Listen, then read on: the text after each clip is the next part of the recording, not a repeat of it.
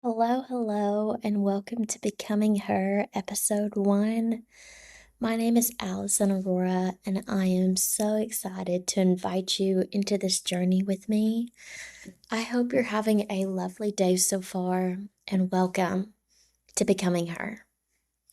To give you a little teaser of what you should expect on this show, when I turned 20, I wanted to share 20 lessons that I've learned in 20 years.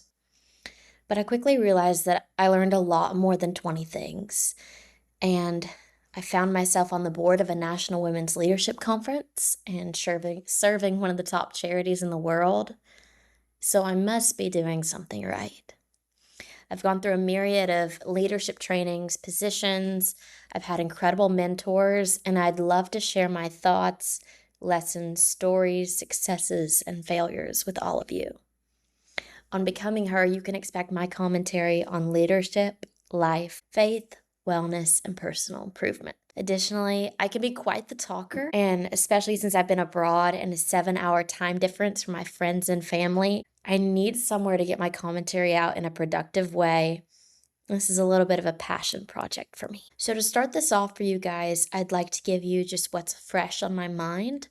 I've been doing a mentorship program with an executive of our own company, and we'll call her Anne for the sake of her privacy. And I'd like to share with you what I've been learning and what she's been challenging me with in our conversations together. Now, I've always believed that, to have an idea and write down your goals, which is scientifically proven to make you achieve them, like statistically way better.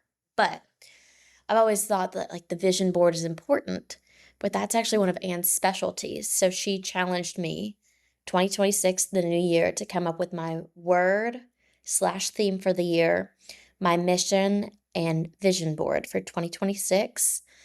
And I came to decide that my word is action. I don't want to be passive in any way. If there's something I want to change, I want to get out there and change it and just keep getting after it and keep trying until something sticks. So action. And this is like my vision for the year in words. I want to be intentional about taking agency over my own life, changing what I do not like and compounding growth. I am unafraid to try, put myself out there to potentially fail and just see what happens. And Anne's word for the year was faithful. And she's really pushing me to lean into my wisdom and public seeking and just to seek what's good in the Word of God and to go and do things to find gold in our world. Now, my verse for the year is Proverbs 16:3. Commit to the Lord whatever you do, and He will establish your plans. Which I've always really noticed that I can be quite the control freak and wanting things to go to my plan, my way, my agenda, but that almost never really happens in real life. So I chose this verse intentionally to really help me trust in God, which has just always been such a struggle. But while I've been abroad, I met a Greek Orthodox priest. And the one thing I took away from him that really struck me was he said, "It's not what you say, but what you are ready to die for." And that made me realize if I can't leave my life in God's hands and leave my worries with Him, that I'm not ready to die for that. So, yeah, that's just something I indubitably want to work on this year. So Proverbs 16:3, commit to the Lord whatever you do, and He will establish your plans. That's my verse. And to describe for you my vision board a little bit, I have my verse, I have my word, action. I've got, pictures of Pilates mats because I love Pilates. The ocean, I want to be by the ocean. I have an F-150 on there. I actually used to drive an F-150 and I loved it. So I honestly want that back. I know it's not practical, but it makes me happy. I have The Notebook on there because I love that movie. I love the aesthetic of it, especially, but the story I think is just such a true love story. So everything about that would be wonderful to have in my life. I have an African safari. That is my dream. I want to go to Africa. I want to see all the animals. I also want to do a hunting trip, and I just want to see it all. And I've got boats on there. A dream of mine is to have boats and a lake house. I also have the cover of Forbes magazine. It's the cover with the 100 most powerful businesswoman, something I aspire to. And I also have just some images of clean water. That's something that's really important to me, not only giving back to young women and to help our next generation, but I've always been really grateful that I've always had access to clean water. So I'd like to be a part of making sure that others have the same. So that's my vision board. And Amy shared with me something that she'd learned from her career and calling coach. Picture yourself with a brick. If they weigh you down, get rid of the brick.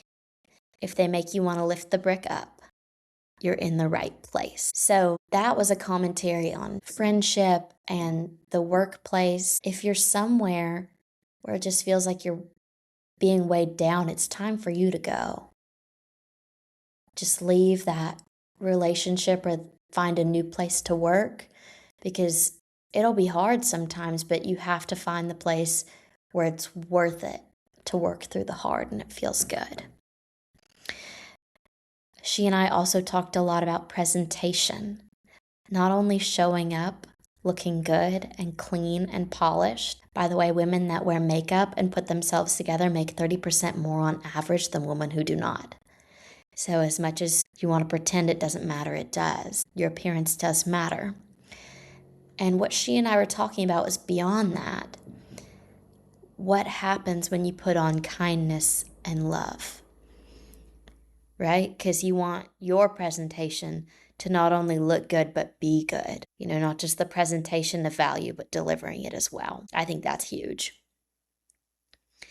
She's also advised me to take time to be in tune with what God is saying and don't get distracted, which is so huge today. I feel like especially I have so many distractions in my life, and it's up to me to be more intentional about my relationship with God and to listen. And another thing this is a quote from her that really struck me. It's not okay to be so busy that you lose track of what is important. And she was talking about this in reference to her family, to her own health, and showing up to what matters to her well. As she had just turned down a position because she knew it would be too much for her. And that's such a respectable thing that every person has to learn at some point, is when to say no. Because you can't do and be all things, and you certainly can't do and be all things well. So you have to pick and choose, not only for the quality of your work, but the quality of your life. You want to be happy and healthy. That matters too. And she's challenged me to live intentionally.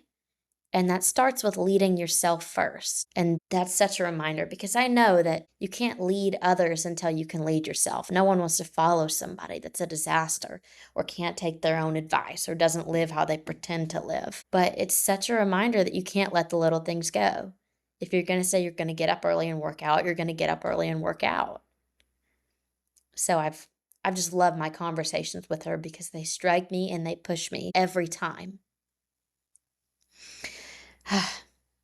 So I hope this gave you something to think about, a way that you can be pursuing God deeper in your life or showing up better for yourself and others. Let this be an encouragement to make a vision board, choose your word for the year and your verse of the year.